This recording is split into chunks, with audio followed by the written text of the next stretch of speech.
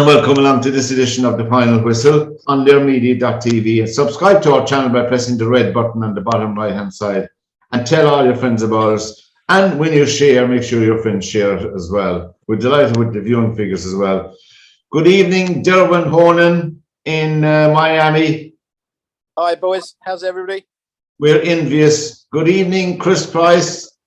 I'm envious, but I can't. That sunshine I have is an actual back, is not an actual background. I like someone who's trying to fake it. But anyway. Yeah, that's to cover up. That's to cover up the dark clouds, the doom. Good evening, Joe Waters. Welcome along. Thank you. And Joe's over in, I suppose, sunny Seattle.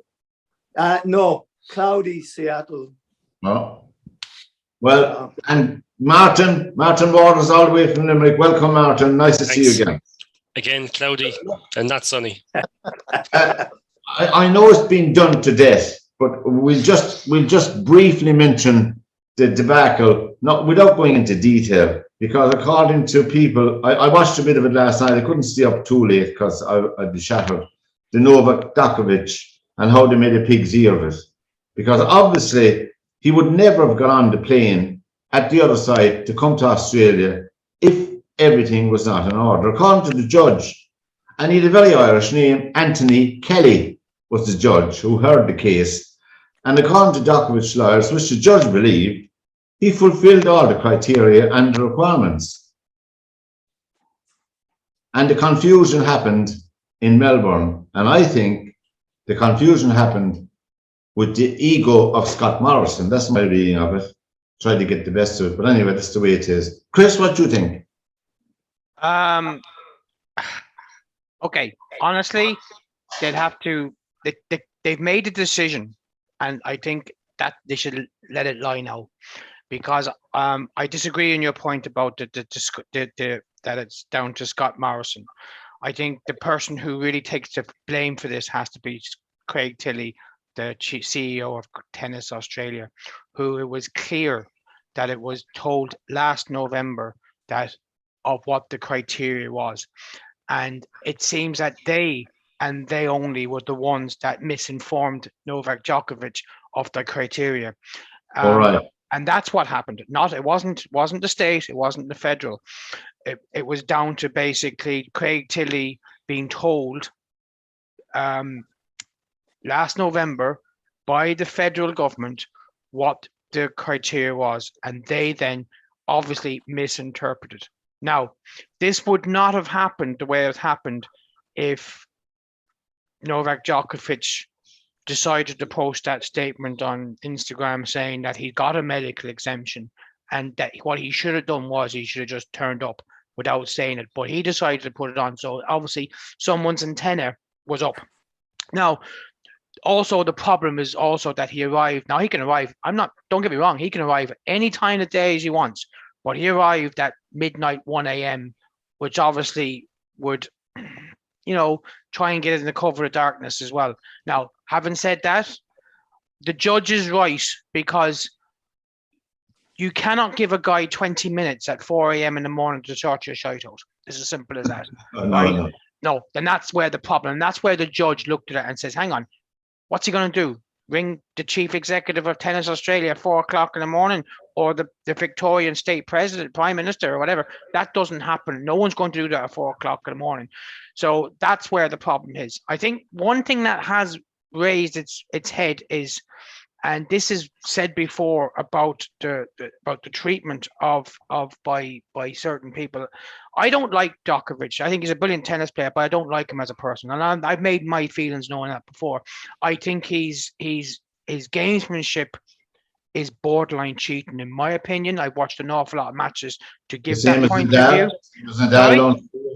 No, I don't think so. No, I don't think so. I've watched enough tennis matches in my life to see where there's manipulation of the rules and where there isn't. Okay, I mean, I don't believe that. I think I have to say that, okay, there's gamesmanship in most sports, but I do feel that his gamesmanship, especially in matches against Andy Murray over the last 10 years, was borderline cheating, and that's my own opinion on that.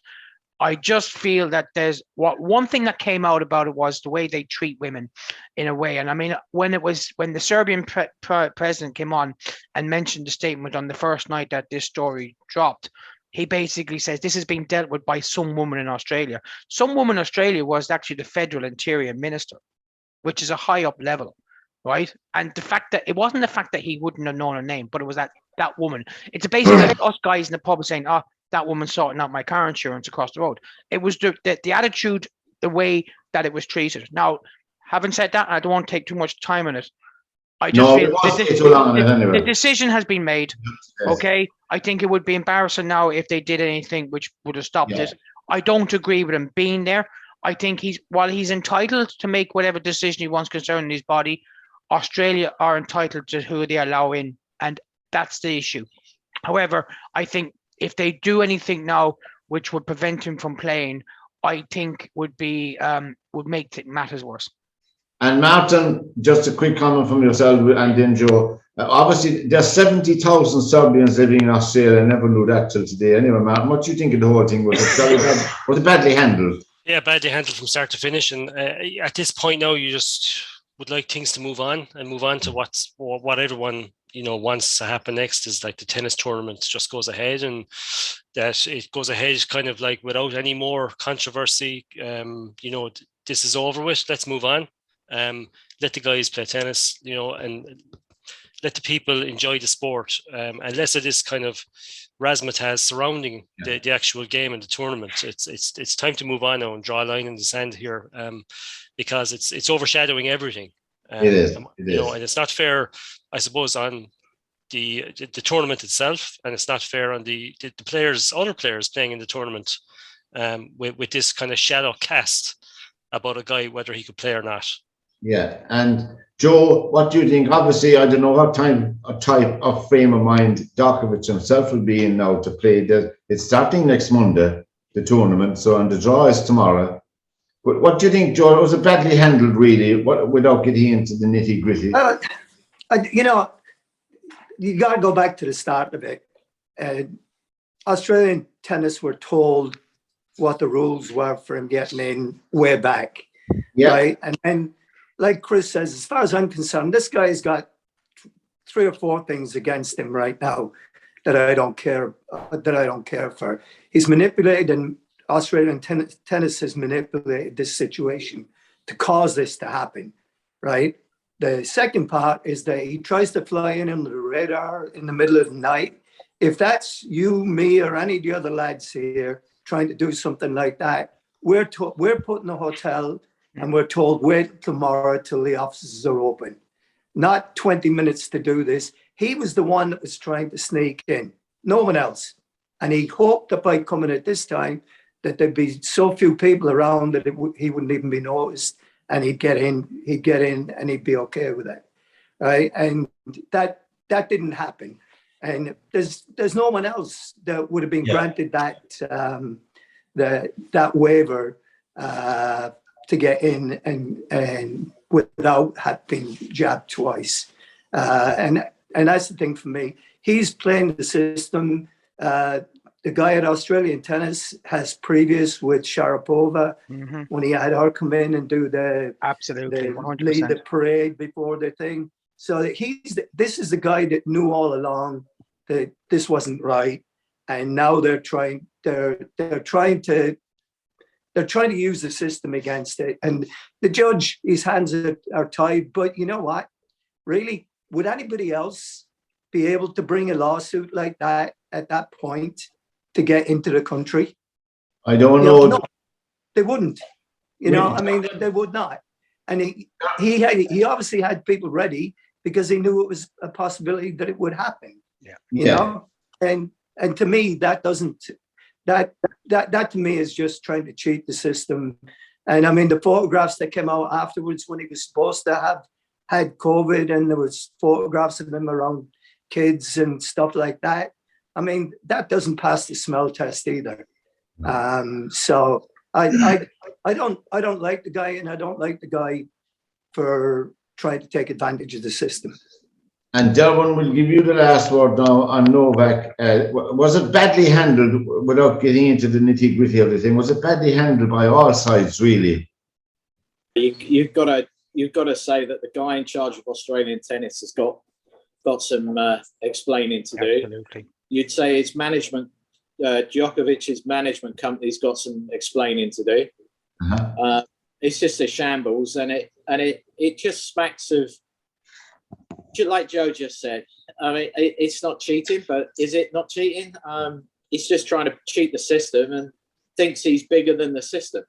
I think it's a joke. Joke. Anyway, we leave it there. That was our Novak Djokovic. I don't know what frame of mind he'll be in for the tennis. I can't see him. Honestly, Pat, he'd love every minute of this. He feeds off this. The guy will crave now the next 3 weeks, because it's basically him against the world, and he will lap this up like it was apple pie. I'm telling you, right? He's a cert to win it. All he had to do was turn up, as far as I'm concerned. The only thing that's going to get him is if he defaults, like what happened in America a couple of years ago. Oh, yeah. He's going to win it, and he's going to win it at a canter. And the thing about it is this: all he had to do was, and I think, turn up. Now that he's there, he's got a week. The first week of matches, I guarantee you, he's not going to have to play any hard match until 2 weeks' time today. I guarantee you, he's all right. Don't worry about him. He's not worried about you. He's won the last 3 in a row in Australia. He's won 9 in total. He won't be worried about you, Pat. Don't worry about him. So maybe he'll do 4 in a row. Anyway, we wish everybody the best luck over this debacle, which is very badly handled. Final whistle of the program. Tell all your friends about us. Press the red button on the right hand side to subscribe to our channel. The FA Cup, of course, is in full swing over the last couple of days here on this side of the pond. I don't know how much you've been watching, but you can all comment on every like Boreham Wood.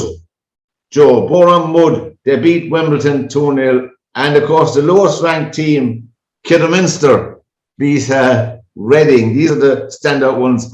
And our own 40-year-old Wes Hoolahan of Cambridge United fame, they did the business against Newcastle.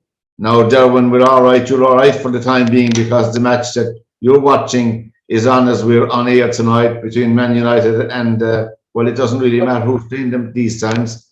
And Notts Forest, of course, put out Arsenal, and Norwich had a win as well.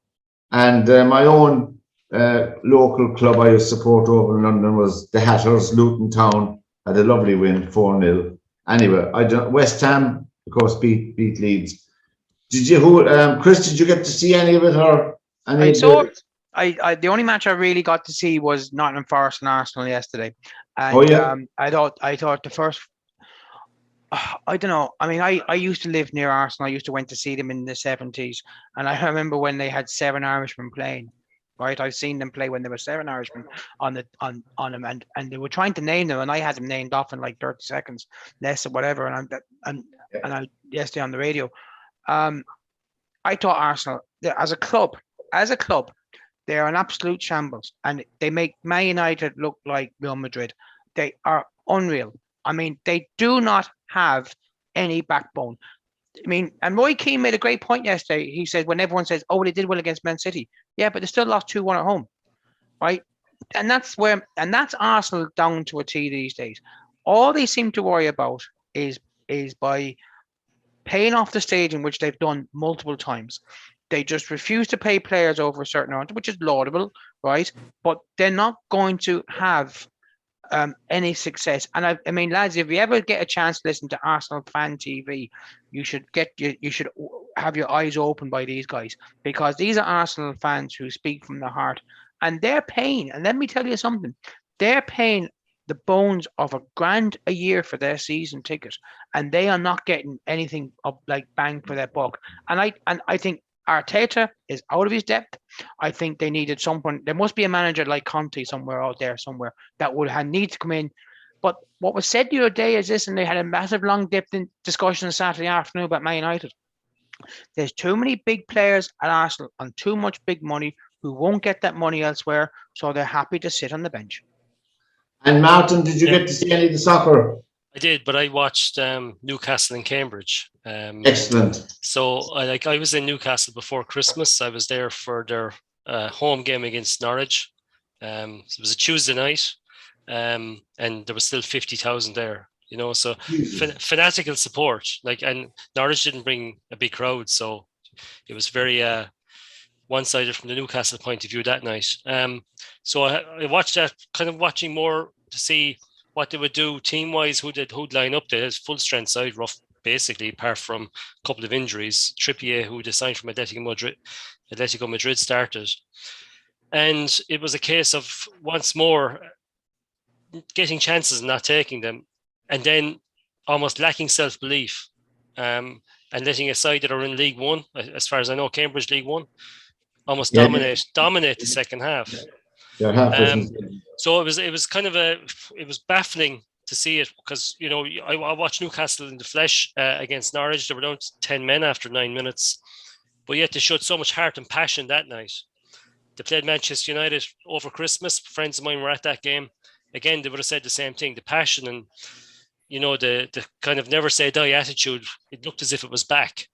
And then you see them against Cambridge, and they went out really tamely. And you would have concerns for them in relation to how their season's going to pan out. No, I've no sympathy, you know, in relation to the way things have panned out with their new owners and stuff like that. But interesting times ahead in Newcastle. And Joe, did you get to see any of the cup or Castagnino? I did. I got to see a couple of the matches. I saw the Arsenal Nottingham Forest game, and, you know, I started watching that, and I just thought to myself, this game is tailor-made for an upset. Yeah. You know, when you have two centre backs that touch the ball more than your offensive players, you're in serious trouble. Yeah. And they were too slow in playing the ball. They had no options to get the ball into midfield or out wide quickly. And it just, you know, it just looked like when the guy that scored came on, he just looked like he was bullying the two centre backs for Arsenal, and they couldn't handle it. The Newcastle one, you know, that's another one. I mean, that game was set up for a shock. The way that Newcastle are going, it's just typical of a team that's having a bad run, is probably in relegation trouble, and a team that comes in. I mean, they're just going back to what they were before, in that they give an effort, but not the best effort. And it just that was one that I had in my mind that they were going to be lucky to win that one, I thought. So yeah. But you know, fair play to the other guys. I mean, they've all done well. You know, I've been involved in FA Cup matches. We played a team called Droylsden, which is just outside Manchester. The year that we got relegated from the third division, and we were the same as Newcastle. We were, you know, ready to be set up for it. Came away. They scored in the last minute of the game, and the referee denied it. Call it back for offside. Oh, go away. In the replay, we won the replay. So, you know, we looked out big time on it. But it again, you know, we were the same way. We had some young guys that were out there running around like, you know what, blue ass flies, trying to make something happen. And then we had experienced guys that just didn't care. You know, they were just happy to pick up their checks. And that's what Newcastle looked like to me. Now, Derwynne, of course, Derwynne will let us know that he's working very hard in Miami, and there's no doubt he probably is, but I know he's enjoying the sunshine as well. But Derwynne, did you get a chance to see any of the soccer? I've missed all the football. Been trying to watch it on BBC, sort of, you know, the live feed on BBC Sport. I know United are 1-0 up, but tonight. But that's the closest I've got. Well, that's terrible. I didn't know that now. We'll have to verify that. But no, I'm only joking. But I mean, the FA Cup, like teams like don't say there, Martin, the FA Cup, before we move on, is always a chance for teams like, say, Newcastle, who are fanatical followers, to do something. And sometimes when a team goes on a run in the FA Cup, it gives the whole team a lift, the whole club. And you would think that a Premiership team, anyway, I expect a Premiership team to be putting away teams, for God's sake. They only came up from the second division last year. That's Cambridge United. Yeah. And they're playing nice soccer, but I mean, they are in the mid-table in League One. They're just, hanging on. But really, I mean, honestly, you would think that with the new influx of owners and all of that, I don't know exactly. Oh, who Eddie Howe? Eddie Howe will be leaving there soon, surely.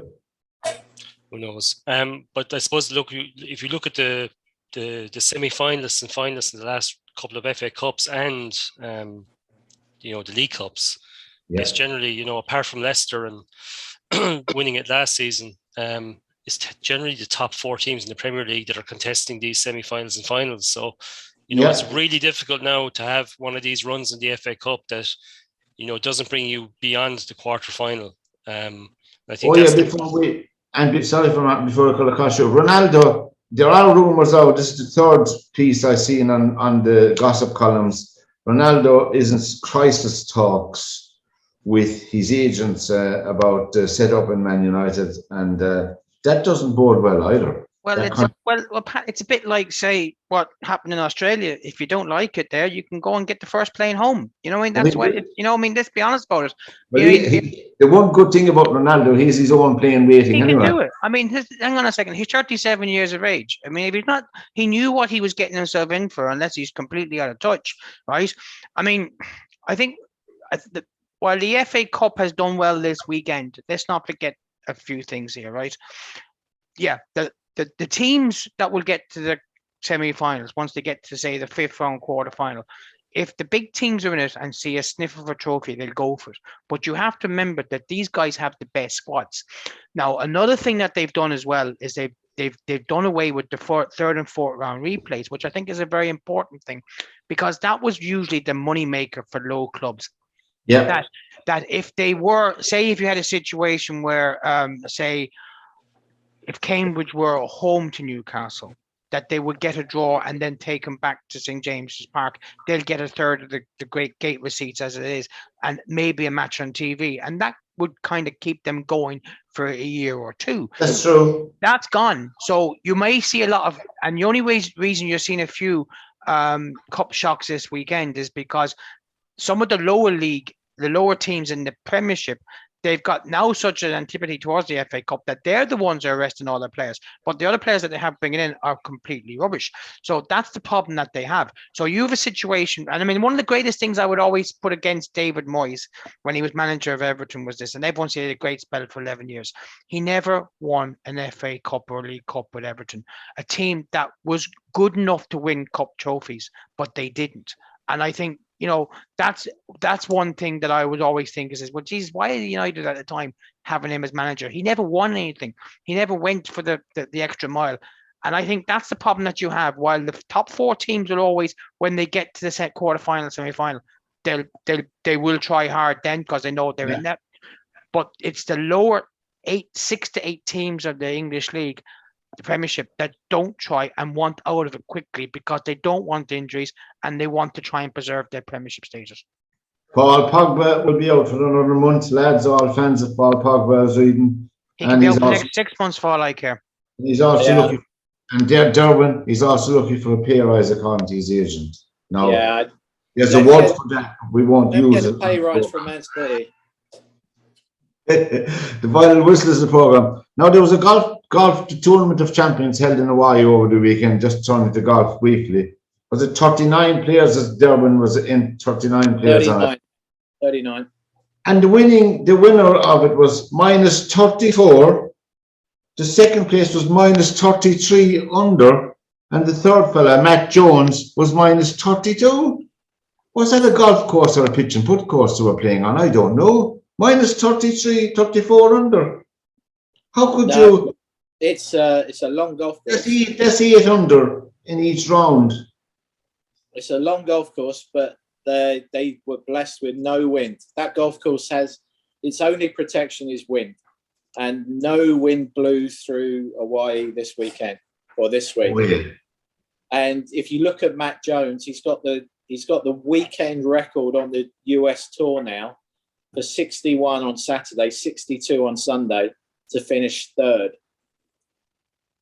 I mean, I watched all of it yesterday, literally from the 1st to the 18th. And Cameron Smith played unbelievably good. Rahm was good. They were all good. But they played a golf course that was defenseless, really. And Seamus Power shot at 71, 65, 69, and 67. Yeah. Yeah. That was built this weekend for low scores. Greens were holding, no wind. They know the golf course. They play the same course every year for that tournament, and they just ripped it apart. Derwynne, as you're on now about the golf, when is the next tournament, big tournament, apart from the Masters now come up in April, but when is the next tournament? Sony this week on the Is other it? island in Maui, yeah. Oh yeah, this weekend coming. That will play slightly different because that's a resort course. So that's even, shall we say, less difficult from tee to green. But they're expecting a big blow coming into Hawaii. They're expecting a big front coming in. So it'll be interesting to see what the scores are like around there. But that being a resort course, DeChambeau has probably got 3 or 4 par 4s that he will knock it on. Well, DeChambeau was playing this weekend. Yeah. You know?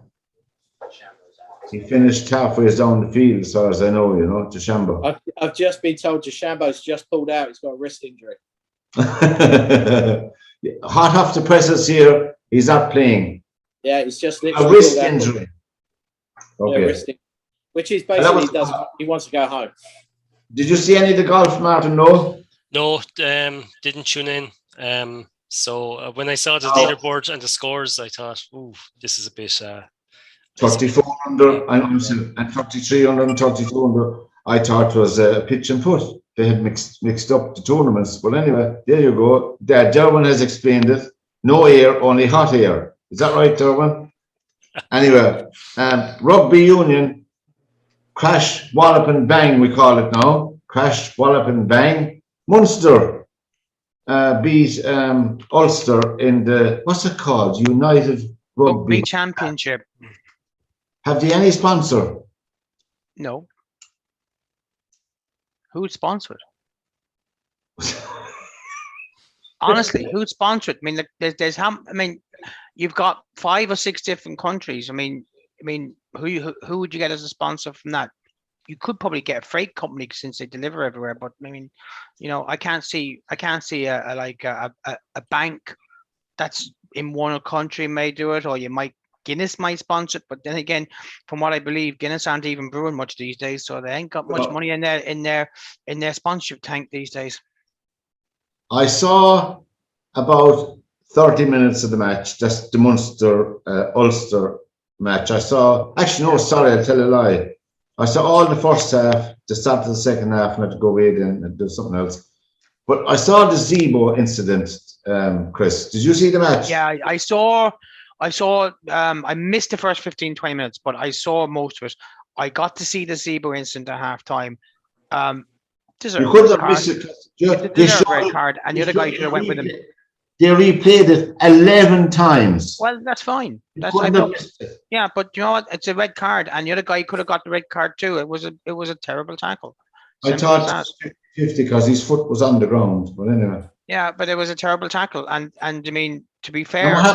What happened to play the tackle? Did he go off? No, as far as I know, he didn't. Anyway, you know, but it doesn't matter. I mean, look, I mean, the point is where he hit him where he hit him. Silly buggers now, not for me. Sorry? There's a game for silly buggers now, not for real men. What do you mean? Just get up and get on with it.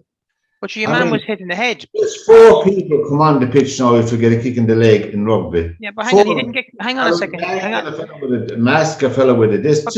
Pass. He didn't pass. Hang on a second now. You know that it's a game for women. Pat, this is a question and answer series program, okay? You ask the questions, we give you the answers. If you want to change it whatever week you want, no problem whatsoever. So you ask the question, I'm going to give you an answer. Okay. I won't stop until I give the answer, by the way. Boys, let's go to the TMO on this. Yeah, okay. The first thing is this, right? You decried that your guy was hitting the legs. He wasn't. He was hitting the head. No, I didn't say. I'm saying if a guy is hitting the leg on rugby, there's 3 or 4 people running on. But with on big, the instant that you talk about, the guy was oh, hitting the the head. incident I'm talking about is, sure, he got on, he ran away from it. He's grand. The biggest problem with rugby at the moment is the amount of time that referees take at looking at TMO decisions. That's where it's coming up to over 2 hours a game. And that's the biggest problem because people will tune out. Well, I think that most of the refs are cowards anyway in rugby union, but the way I look at it, they won't take a decision. I want to see that. What's his leg? What do you think, Martin, of the game of rugby union? Is it gone to the dogs? Well, like as you said yourself there, like the time span now for a match has increased dramatically from what it's supposed to be. I think wasn't it the Ireland game? Was it the New Zealand game or something? Where the first half was it nearly 50, 5 minutes? Yeah, it was just bonkers for a half of rugby. Because of the amount of time the referee, and that was exceptional. The amount of time the referee went to the TMO for a decision on everything.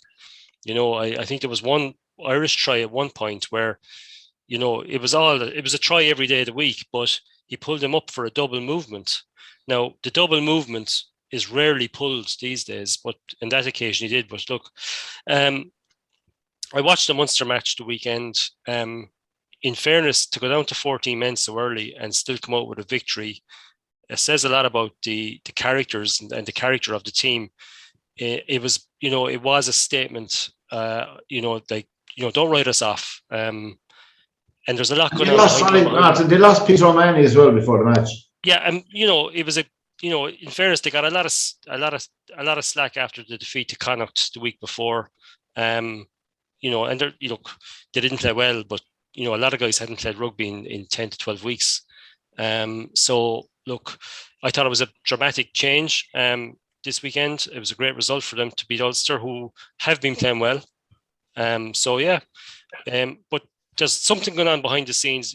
I'm not too fond of when a manager decides they're leaving at the end of the season. He shouldn't be at any more matches then. And the team continues and he continues in position till the end of the season. I'm not sure what kind of a dynamic that creates someone in the dressing room. Joe would probably know better than I would. But it's strange. You would wonder, would it be best off if he just moved aside and somebody else took over to the end of the season till they appoint someone? But rugby works in mysterious ways. They have a massive back room. They have an assistant manager. They have a line-out coach. They have a scrum half coach. They have a backs coach. They have forwards coach. They have a line-out coach. They have a coach for, I don't know, putting on their pants. Joe, what do you think of rugby union? Has it gone to the dogs altogether? Yeah, I mean, it certainly has changed a lot. And, the thing with I'm afraid that soccer is going to go the same way with VAR that rugby has gone now with. I thought that in the beginning, with the referee being allowed to go to the to go to the monitor and take a look or get the advice on it, that it would be a good thing. But it's proven to be not a good thing. And for a sport that prides itself, rugby of all the sports, the referees are treated with the greatest respect in rugby. And by having that, why are they not making more decisions themselves? Yeah. Because they have the ultimate power. What do you think, John? There's got to be something that when they get marked at the end of a season, they don't want to get it wrong, so it's easier to go to TMO, isn't it? Exactly what it's down to. And get someone else to make the horrible decision rather than put their head on the block. I mean, you're seeing that now in VAR with VAR, aren't we? The ref is like, I mean, let's face it, the offside flagging. We talked about it last week or weeks before, but no one's willing to actually stand up and go, okay, I got it wrong, but I had to make a decision there and then. They're seeing it, we see it 300 different views in slow motion. They're seeing it in a flash, aren't they? Yeah, and you can't compare. It's got to the stage now where I'm sure these refs are getting marked every match. They have assessors, don't they, at the matches? And now it's becoming like, well, I ain't going to make that decision. Let it go to VAR. Or let it go to TMO. Funny you should mention that, Derwynne, because as a lad I know in Shannon, who was a TMO with the IRFU, and he quit. And he was telling me recently that the reason he quit, the reason he quit was because basically that his idea when this TMO started was that they would watch a match and that they would be sporadically called on to look at incidents. Now it became in the last 2 years where they nearly had to be full attention and be like TV directors watching 6 different screens, watching for incidents happen before the referee would review it or say, look, would you have a look at this? And in one match, it was a Munster. It was a Munster versus he did a Connacht versus Leinster match, right? And somehow his telephone number was on the IRFU website, and someone got a hold of it and sent him a threatening message on his phone. And he told me about it.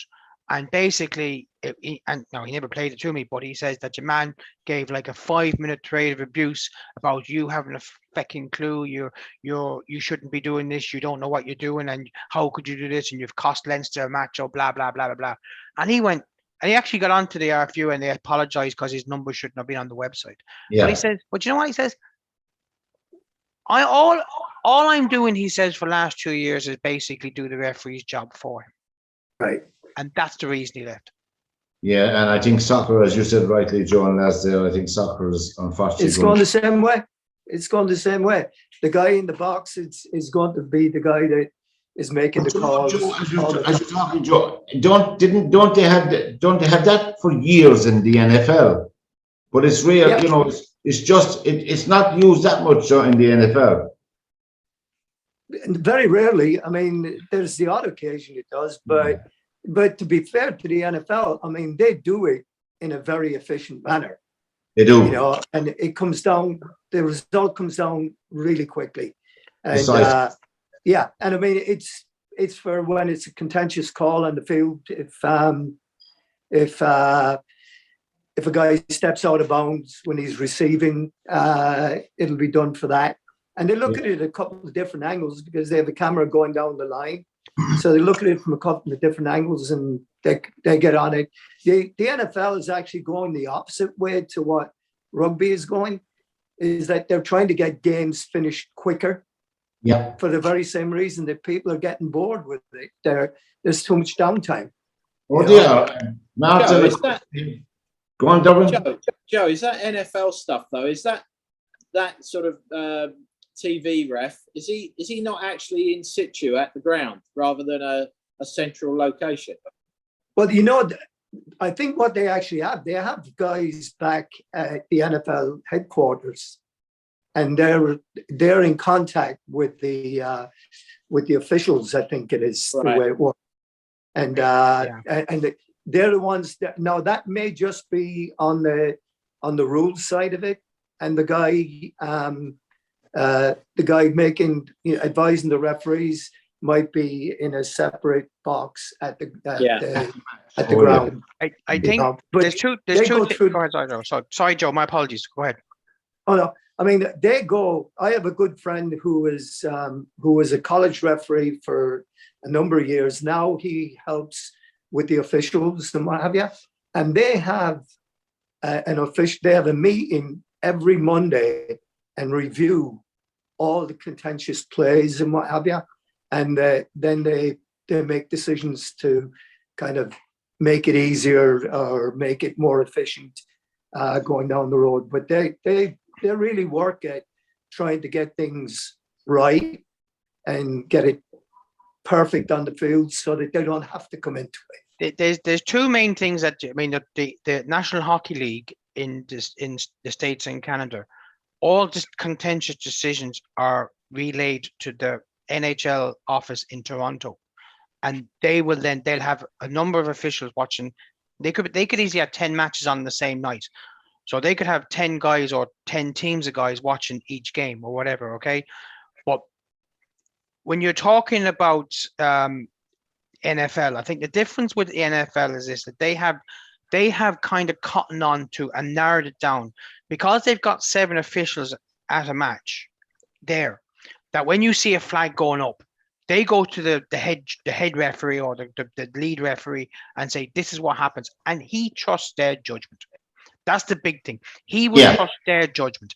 And it's done instantly. Yes. And the second thing about when it comes to the contentions issues, all plays that revert in a score within 2 minutes before the end of a quarter or the end of a half are automatically reviewed. So they know the parameters because the parameters have been set. Yeah. The difference in soccer and rugby at the moment is that they seem to be. I mean, I think one of the biggest infuriating things in soccer and rugby at the moment is where a try is given or a goal is scored, yet they go back in time so far to see if that. So how far is that piece of string to where they look for something? And you kind of get the impression they're deliberately going back until they actually find something. Yeah, and that's the infuriating part. Your man's hair was out of place, so that's offside. But we're the final whistle is the program on theirmedia.tv. Now we have our 3 real games played by real men over the weekend. We had a senior, intermediate, and junior Munster hurling championship won by Waterford, Kerry, and Cork. Isn't that right, Martin? Yeah, and although I didn't see the junior one or hear anything about it myself, but the senior Ballygunner overcame Kilmallock of Limerick, beat him quite well in the end. 320, I think it was, to 112. They got their goal. They got their goal at the very end of the match in 3 points. Yeah, and what impressed me about, I suppose, Ballygunner, I've seen them a couple of times. They played in the Pierceag in 3 Munster finals. The Pierceag won 2 and they won 1. Was the way they played and the pace within their side and the way they played this kind of possession game, very slick passing, moving through the lines, taking their scores, their speed, their agility, they're actually, I suppose yesterday, like just watching it, kind of essentially as a neutral, like you couldn't but be impressed with the style of play that they implement. Whether they'll get the opportunity to play the same way in the All-Ireland semi-final against Slaughtneil and Parnell Park is another matter. There's a big difference between Páirc Uí Chaoimh and Parnell Park. So another pitch. Yeah, exactly. So, but they were like, when you give them guys time and space, they'll annihilate you. And that's what they got. And Kilmallock they just weren't at the races yesterday, which was unfortunate because they were very impressive to win the county championship in Limerick and to beat. They were very good, but I mean, they beat a very, very, very, I must admit, a very poor Middleton team. They're shocking. Yeah. Shocking. Yeah. They were as bad as Kilmallock were yesterday against them. Yeah. I suppose the intermediate final was a team from Kerry, Kilmiley, that won that. They beat, I think it's Cork Club, isn't it? Corsey Rovers, yeah. Corsey Rovers. Beat them in extra time. Yeah. So, and like that was on in the Gaelic grounds. There was a big crowd there. A lot of traffic around yesterday at 1:00. So there was a big travelling crowd from both Kerry and Cork to see the game. And what a cool, I think it's the first time ever a Kerry club have won the Munster Intermediate. Which says a lot, like, about where Kerry hurling is at, like, traditionally a football county. So they definitely do have something going on down there. Well, the Kerry hurlers beat Tipperary hurlers, as we said, in the Waterford Crystal Trophy, whatever they call it. Yeah, and 17 points to 14, and from what I gather, like there was 3 guys that played their club hurling in Limerick that turned out for Kerry the weekend. So the goalkeeper, who plays at Munger St. Paul's, full forward, plays with Khalidi. I think there was another Munger St. Paul's player on the subs bench. So interesting to see that players from other counties playing with Kerry. So you wonder, are they reaching out and bringing in guys? Well, I mean, wherever you hang your hat, you can play. Is it the same in most things? Wherever you hang your hat, you can sleep. Now, the NFL, Joe, I was reading about the NFL. It came to an end over the weekend.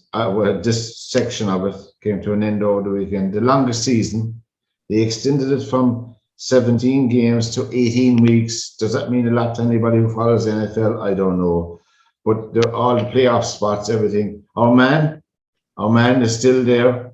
Tom Brady, going for glory again with Tampa Bay. And Mr. Brown's out the door. Is he out the back door, Joe?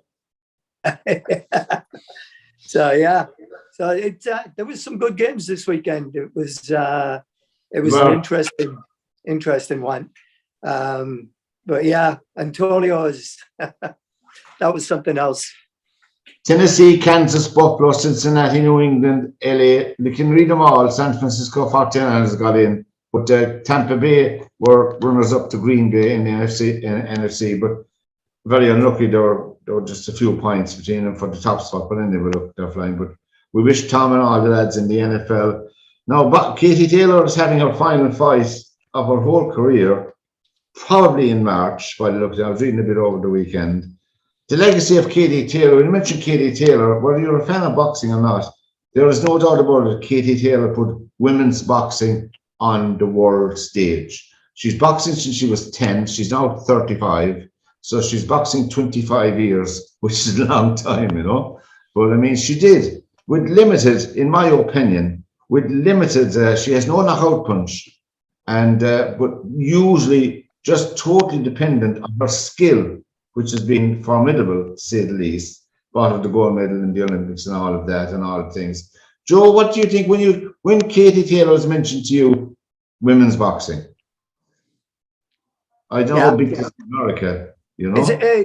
You know, I mean, to be honest, women's boxing over here is certainly in our area is not very big. It's not doesn't get a lot of publicity. There was a little bit of stuff, I think, when Muhammad Ali's granddaughter was fighting there a little while ago. But on the whole, very little noise about women's boxing over here. It would be still very minority, would it? Yeah, very much so. Very much so. And Martin, what do you think of her legacy? Will it be formidable? I think so. I think she's achieved everything, and she's been the standard bearer for ladies boxing. You know, she's put it on the map.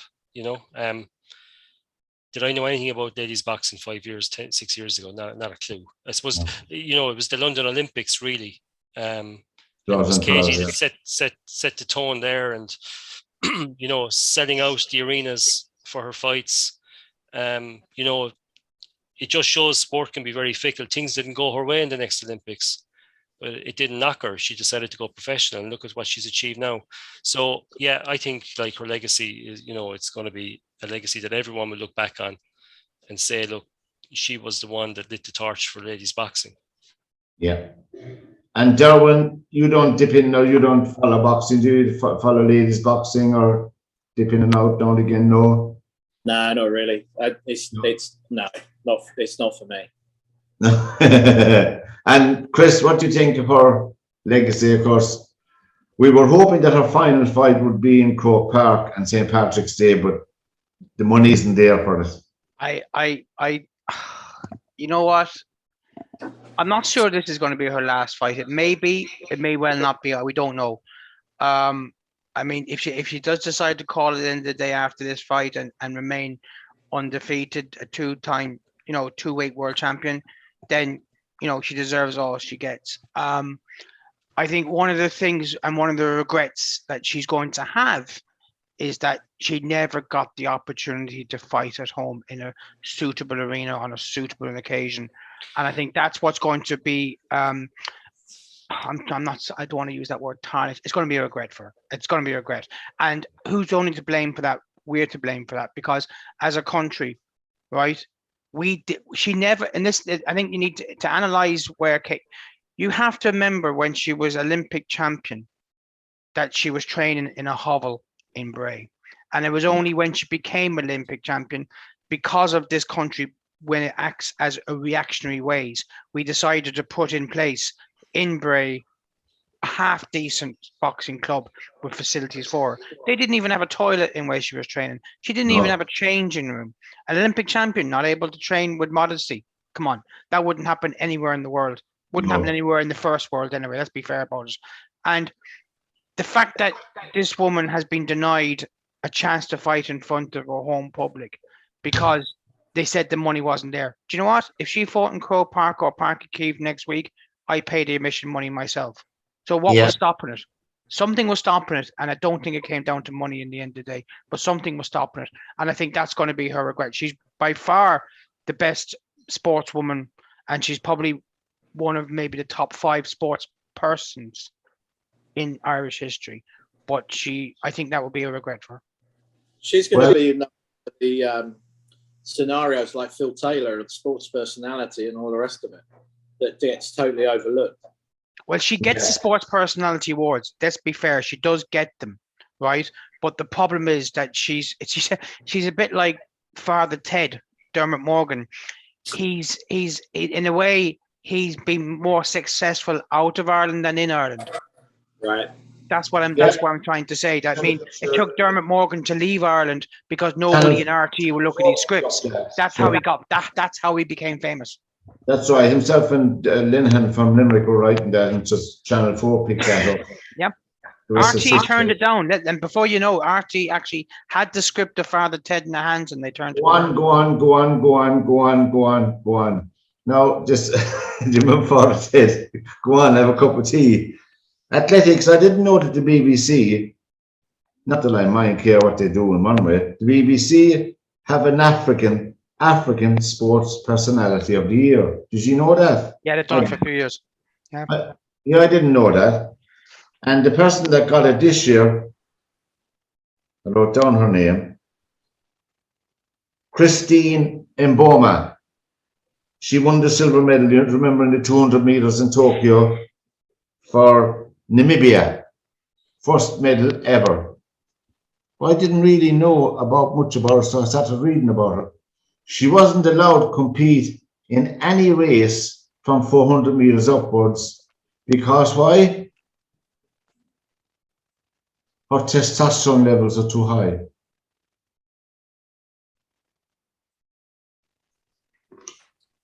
Anyway, the silence. This is I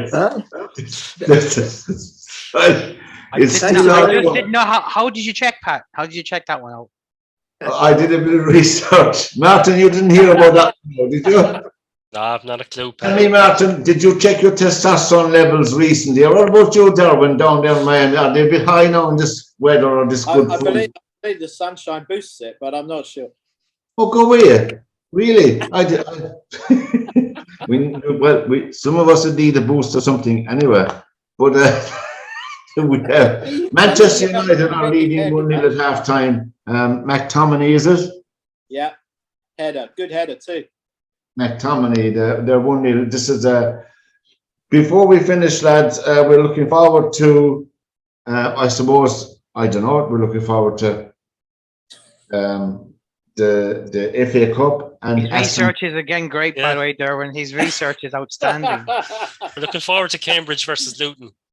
Oh yeah, you're right. I have it written down here because I was shouting for Luton, and I won't know who to shout for now with Luton and Cambridge because I like both teams. You know. The good thing is, Pat, like the fact that it's not on in a Premier League club, there'll be no VAR. So that's the great thing about the FA Cup. That VAR is limited to the Premiership grounds. So can I ask a question that before we go, okay? And I'll ask this to the rest of you guys. Have you got a problem with one competition having a set of rules in one place and a set of rules in a different place, depending on where the venue is? Yeah, I have. Yeah, but look, as opposed to a machine rather than a human being making the decision. Well, the point is, right, is that if you look at the Nottingham Forest goal, now, in fairness, I think the Nottingham Forest goal, there was nothing wrong with it. However, the point was made that if that was played in a Premier League stadium, there would have been a strong possibility that that goal would not have been given. Yeah. Look at Kidderminster's second goal. Their second goal against Reading. If there was VAR at that game, that goal would never have been allowed. There would have been a foul on the keeper. Honest, there's no doubt about it. The fact that VAR wasn't there came down to a human to make a decision. The referee, he decided that the keeper wasn't fouled. The guy I think the striker had the ball between his legs and managed to lift it over the line. It was allowed. That's what you want in sport. You want the fact that there is the possibility of human error, because players make errors. So why can't officials? I might nail my flag to the mast. I'm vehemently opposed to any electronic interference in the game. I agree with that. And it's actually interesting because I saw in the Forest game yesterday, a through ball played, Forest player was just offside, and immediately the linesman put his flag up. And I didn't realize that VAR wasn't there. And at the second division game, or at the championship games or grounds. And then, I mean, I looked at the goal as well, and the potential handball. And again, I was kind of surprised that VAR didn't get involved in it. I didn't realize that it wasn't there. But to me, on that one, is that the Arsenal player actually chipped the ball at his arm. So it wasn't that he played the ball. His arms were out, and the kid was trying to pass the ball past him, but it chipped it off the ground right into his arm. And to me, that's ball to hand. That is not a foul. That's not hand ball, yeah. Yeah, I agree. Anyway, as we said, anyway, we're not saying that we're against any advancement in electronics. I mean, in golf, Derwynne, of course, they relies on the 100% honesty of those players, don't they? They do, but they get a lot of interference now from sort of armchair referees sending messages in saying, I think he moved this and I think he moved that. And then I've been involved in one of those situations at Volvo Masters one year where Monty had been accused of touching the ball with his putter. And he hadn't. But somebody on watching it in their, chip in Sudbury had watched it on Sky and was convinced, and he phoned in, and Sky then contacted the tour, and the tour then have a big inquest into it while the tournament's still going on. Well, that's mad. That's completely mad, isn't it? Well, there's Did something happen to Pádraig Harrington in one of the competitions? I think there might have been. I know it's happened quite a few times where armchair refs are. Because the wind moved the ball, but your man said Harrington had moved the ball before he put down his marker, but the wind, as he was putting down his marker, because the wind moved anyway. It's just mad, lads. It's a mad world, but we'll have to say close this edition of the Final Whistle for this evening. And from Chris Price, Martin Waters, Derwynne Honan, Joe Waters, fantastic having you along, lads, and thank you very much for your time. Until we meet again, take care. And Derwynne, I hope the sun stays shiny. I didn't mean about the rain, but you're inside now anyway. I lost you because my iPad got too hot, so it shut itself down. Good luck. Good luck. Thanks, Matt.